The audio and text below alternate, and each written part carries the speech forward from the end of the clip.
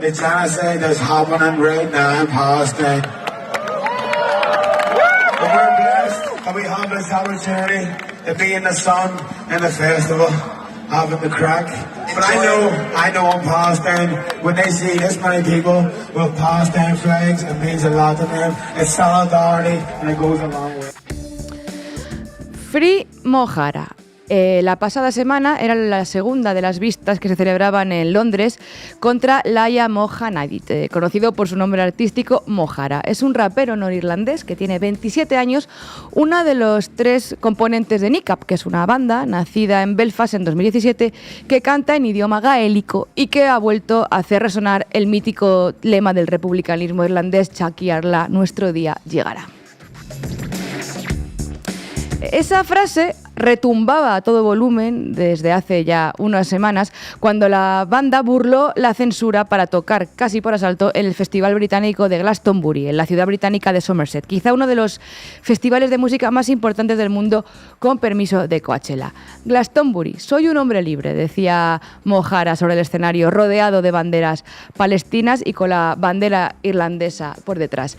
En realidad, esa afirmación no es del todo cierta. Mo Hara está en libertad bajo fianza incondicional a la espera de juicio, porque ¿qué ha hecho este chaval del oeste de Belfast para enfadar tanto al venerable y augusto imperio inglés? Bueno, pues Mo Hara, o como le llama el tribunal británico y algunos medios ingleses, Mr. Ohana, que es una anglicización de su apellido, ha comparecido en Westminster acusado de exaltación del terrorismo en esas vistas preliminares que ha llevado teniendo todo este verano. ¿Por qué? Bueno, pues el presunto delito de ese artista era, según la acusación, haber exhibido el símbolo de Hezbollah, organización prohibida bajo la ley de terrorismo británica de 2000, la misma que le aplican a la asociación palestina. Ocurrió en un concierto en el norte de Londres en noviembre del 24, durante el cual Mo Hara sostuvo una bandera en alto mientras, afirman que le denunciaron, exclamó: arriba Hamas, arriba Hezbollah. A la salida del juicio, frente a una multitud envuelta en cufillas y banderas palestinas, Mo Hara afirmaba que la naturaleza de su juicio, del juicio político contra él, era un disciplinamiento político, una caza de brujas contra su banda por haber hecho un apoyo abierto a la resistencia palestina y denunciar la complicidad del Reino Unido en el genocidio en curso en Gaza, algo que les habría valido la censura en el famoso festival de música inglés. Ya de hecho en abril, cuando tocaron en Coachella, marcaron estilo, porque no es que solamente cantaran por Palestina, también cantaron contra Margaret Thatcher y en favor de la independencia irlandesa.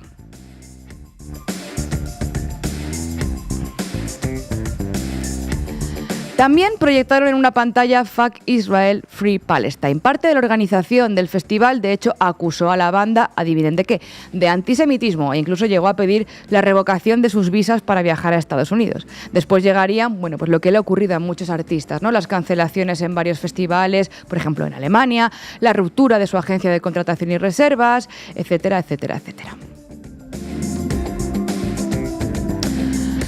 Ciertamente Niqab tiene muchos motivos para molestar en Londres. Sus canciones en gaélico, la crítica que, bueno, pues de hecho han ficcionado en una película candidata al Oscar que les recomendamos, son un dispositivo político explosivo porque hace hablar a las generaciones más jóvenes de la lucha por la liberación nacional irlandesa y también prende las iras, nunca mejor dicho, en Londres, ¿no? En la City. Sus letras y su propia historia mezclan temas clásicos del rap urbano con referencias políticas de los años de The Travis hasta hoy, con referencias pues a la lucha de clases, al antiimperialismo y contra el colonialismo inglés. Y todo ello envuelto en la denuncia a la persecución de su idioma, del gaélico, y como un acto de resistencia cultural contra la anglización.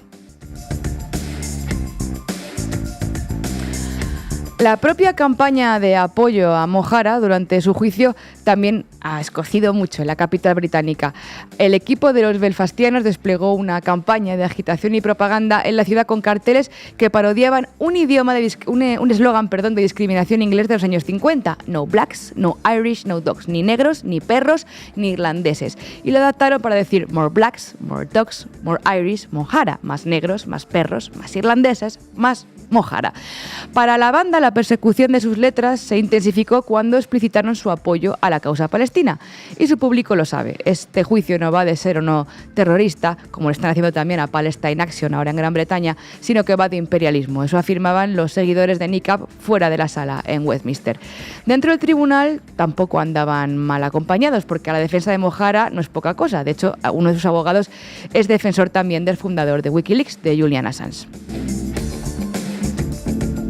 En fin, que hoy hemos querido vincular estas dos luchas.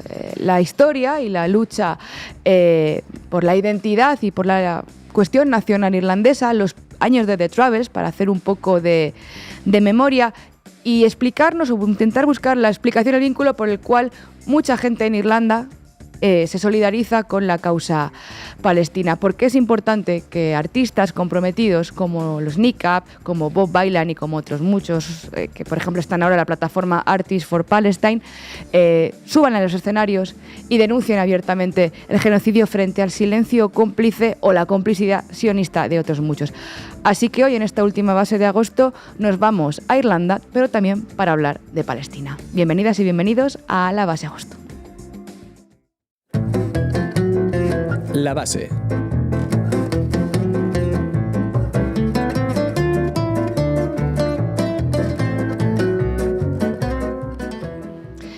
Bueno, pues último día de la base agosto. Edu, qué bien la pasemos, como dicen por ahí, compañero. Qué bien la pasemos y qué bien terminamos hablando hoy sobre Irlanda y en concreto pues entendiendo las bases de ese conflicto que hace muchísimo tiempo que existe, muchísimo, más de 100 años, pero que todavía hoy condiciona la vida política allí. Pues nos vamos para allá, arrancamos, Xavi.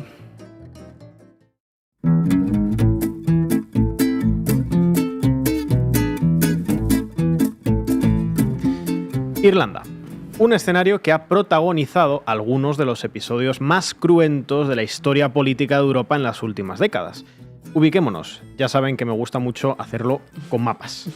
Sentemos algunas ideas desde el principio, diferenciemos conceptos. Inglaterra, Gales y Escocia son naciones que juntas componen la isla de Gran Bretaña, la que ven a la derecha en el mapa.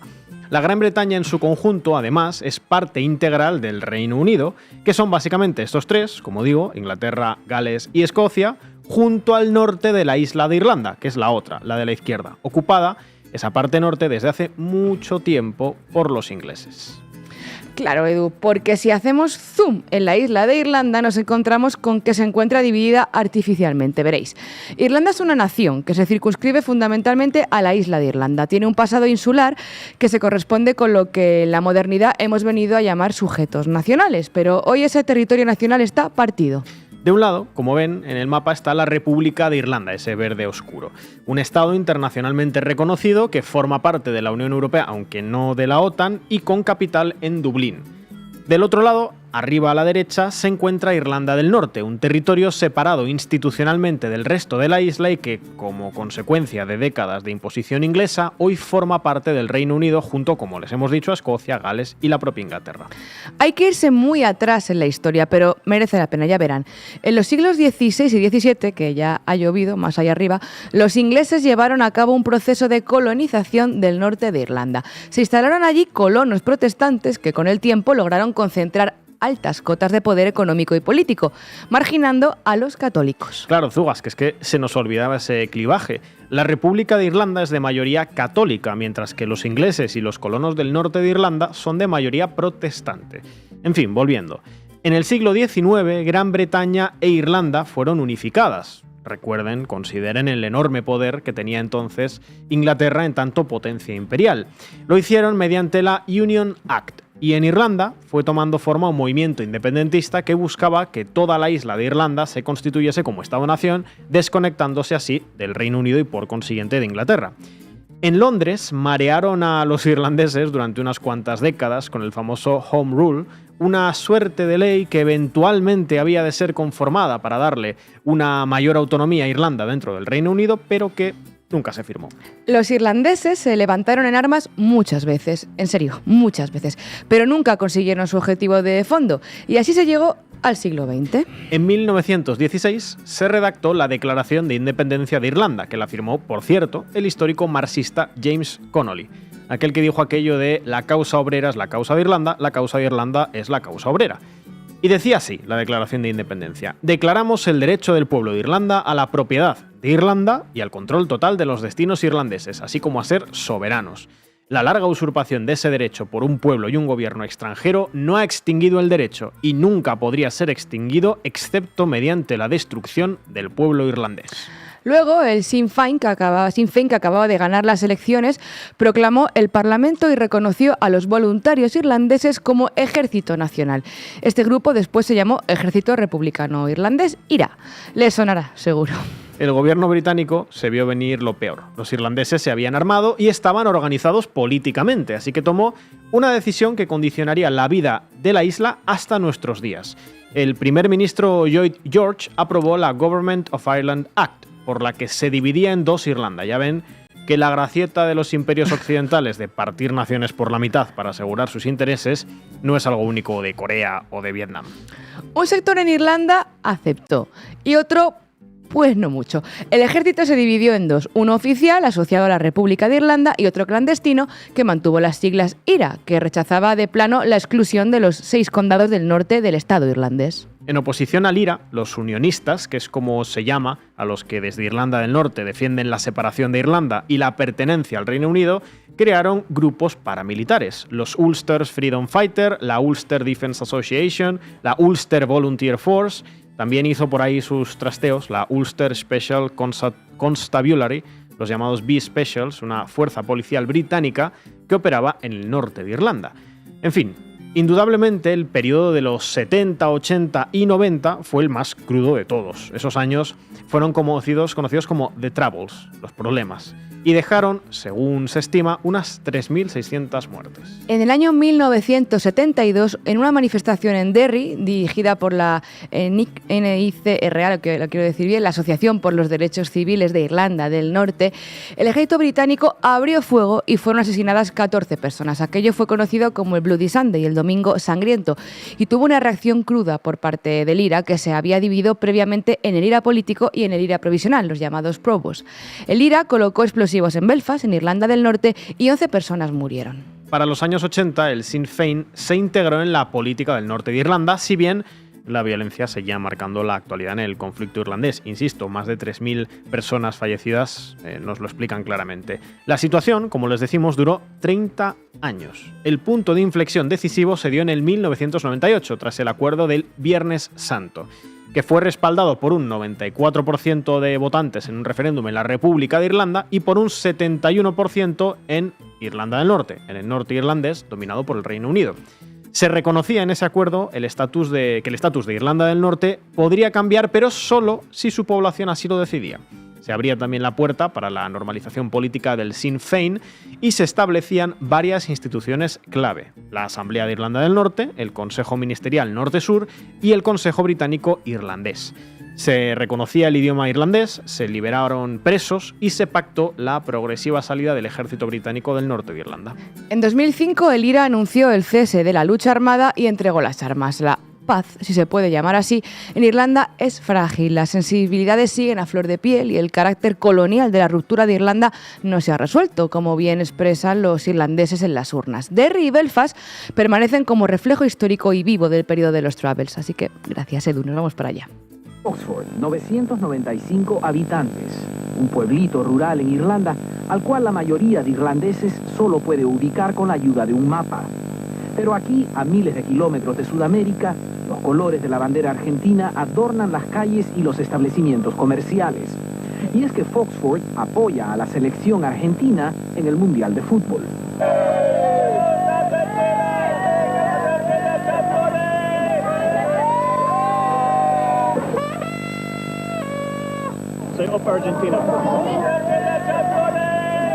El apoyo sorprende incluso al solitario aventurero argentino que llega por ahí de vez en cuando. Cuando llegué acá y vi todos los colores colgados, dije, uy, estoy en mi barrio. Es una emoción muy grande, sobre todo cuando uno está tan lejos. Hay también quienes apoyaban a Inglaterra en el partido contra Argentina el martes.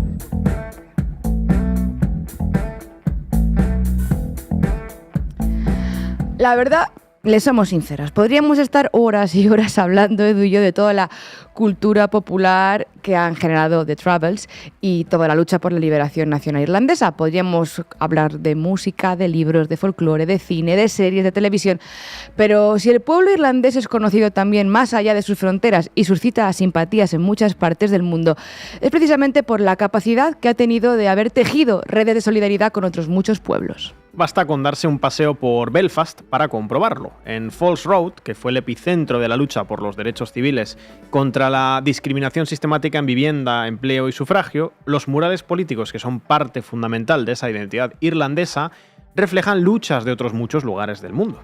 Los pueden ver en pantalla, se los vamos enseñando. Un paseo por Belfast, o también por Derry, cuenta no solo la historia de Irlanda y su identidad, sino también los vínculos que tiene este país con otros muchos movimientos de liberación nacional, contra el racismo, contra el apartheid, contra el fascismo, contra el genocidio.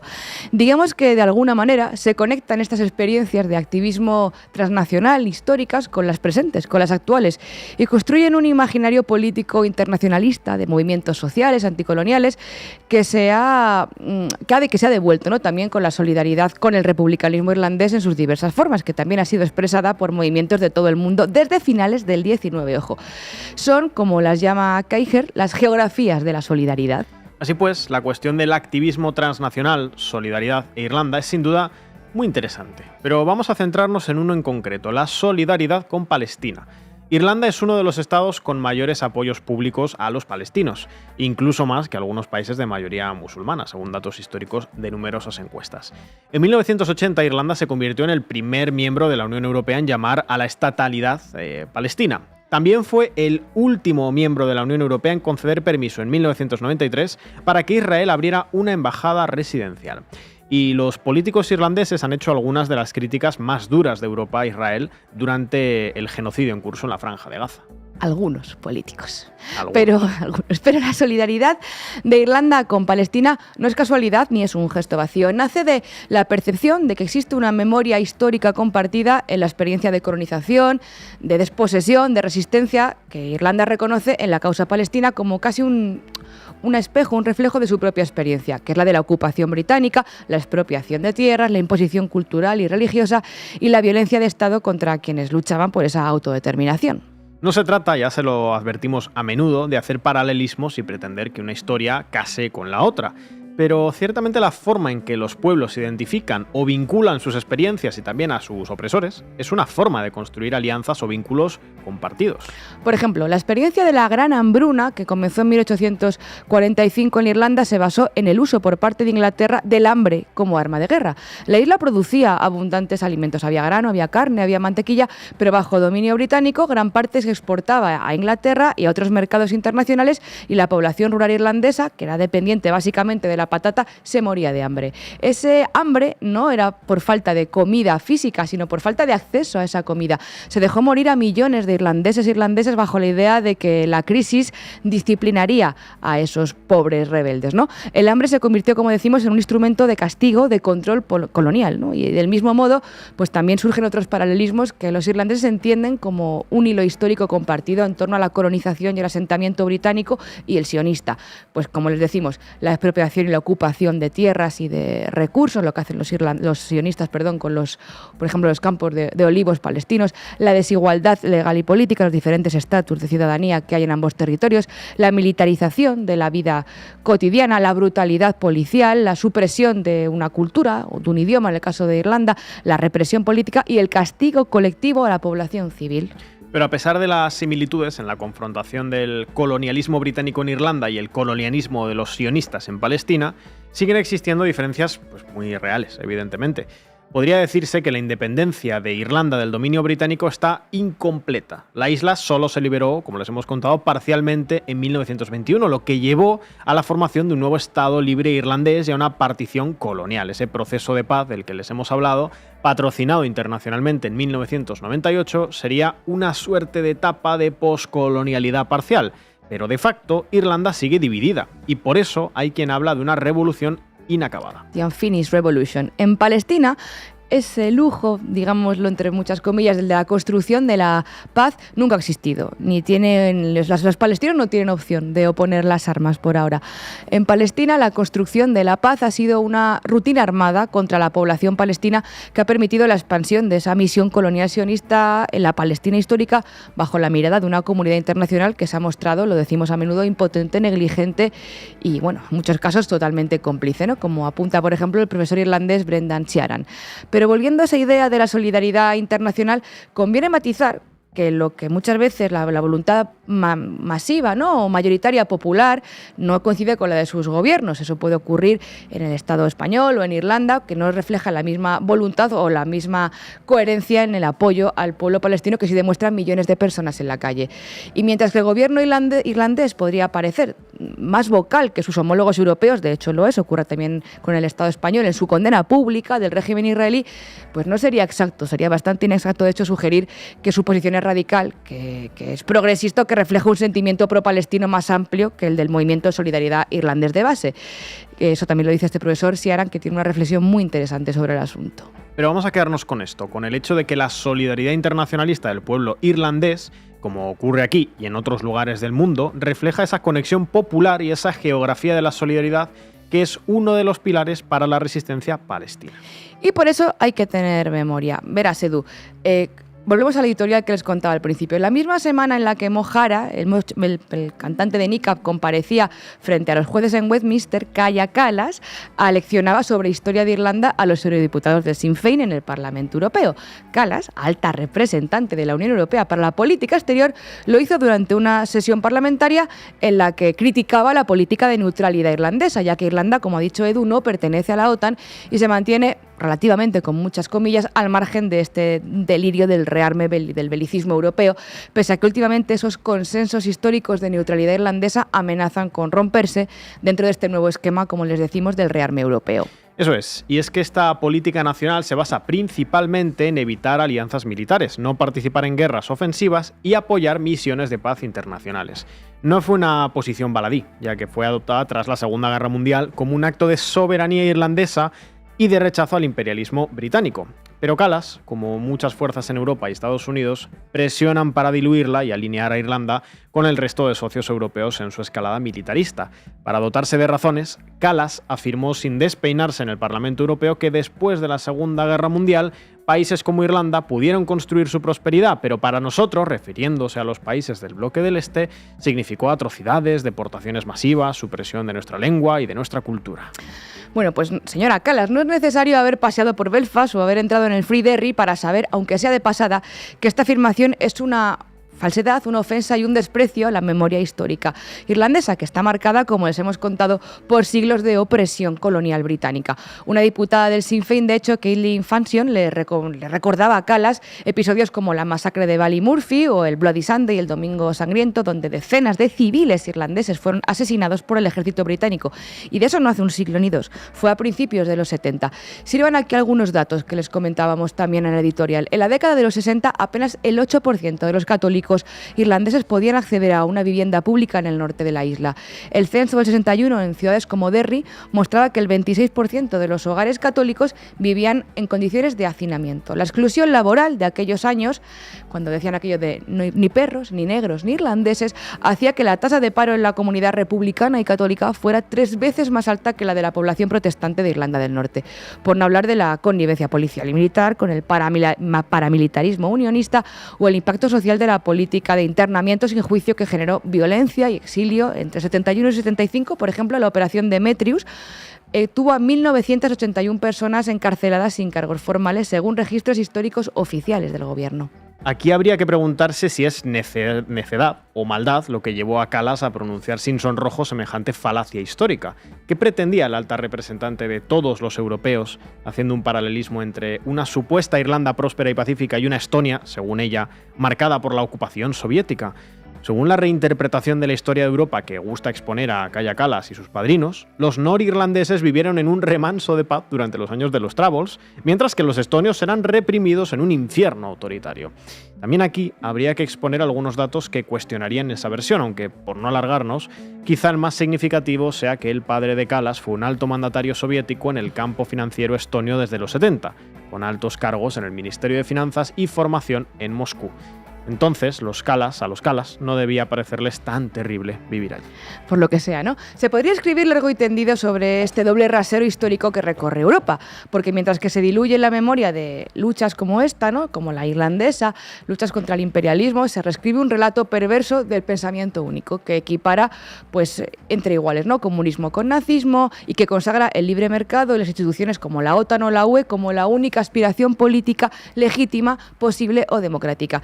Y todo esto está ocurriendo hoy, en medio de un genocidio salvaje al que la jefa de la diplomacia europea, Kaja Kallas, apenas le dedica unas líneas al pie al final de sus intervenciones, insistiendo, sin embargo, en que Israel tiene derecho a defenderse y lamentando, ¿no? Pues qué pena que la ayuda humanitaria no le llegue a los gazatíes, pero ya mientras le estrecha de la mano a las autoridades sionistas en Tel Aviv. Así que, bueno, no se puede esperar gran cosa de esta Unión Europea-OTAN, que ya saben que ya son indisociables, indistinguibles, incapaces de separarse, pero sí que se puede esperar mucho de sus pueblos y mucho de su gente. Nos quedamos con eso. Por cierto, nuestra compañera aquí en Canal Red, Alejandra, será una de las cientos de personas que partirá el próximo domingo, 31 de agosto, desde Barcelona, en esta flotilla, esta Global South flotilla histórica de solidaridad. Más de 30 barcos van a partir hacia Gaza para romper con este asedio, con el apartheid, con la ocupación, con la limpieza étnica y con el genocidio, y para no darle ni un solo día de respiro al Estado criminal sionista. Así que, bueno, ya saben, en Canal Red estaremos allí presentes y les contaremos cada paso en este sentido. Muchas gracias, Edu. Free, free Palestine! Free, free Palestine! Free, free Palestine! Free, free Palestine! Free, free Palestine! Free, free Palestine! Free, free Palestine! Free, free Palestine! It's about the genocide that's happening right now in Palestine. And we're blessed that we have this opportunity to be in the sun in the festival, having the crack. But I know in Palestine, when they see this many people with Palestine flags, it means a lot to them. It's solidarity and it goes along. Pues hoy contamos con Conor Sinamon, que es un militante del Sinn Féin y al que le queremos hacer dos preguntas.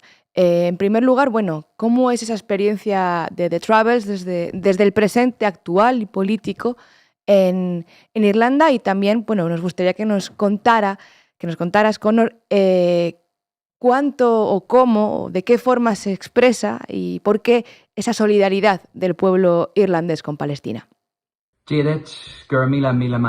Buenas tardes, muchísimas gracias a Irene por invitarnos aquí para charlar un ratito sobre Irlanda y es un honor, como siempre, representar el Sinn Féin. Yo creo que tenemos que empezar con las elecciones en 2020, cuando nosotros, el Sinn Féin, ganó esas elecciones generales en el sur de Irlanda por primera vez.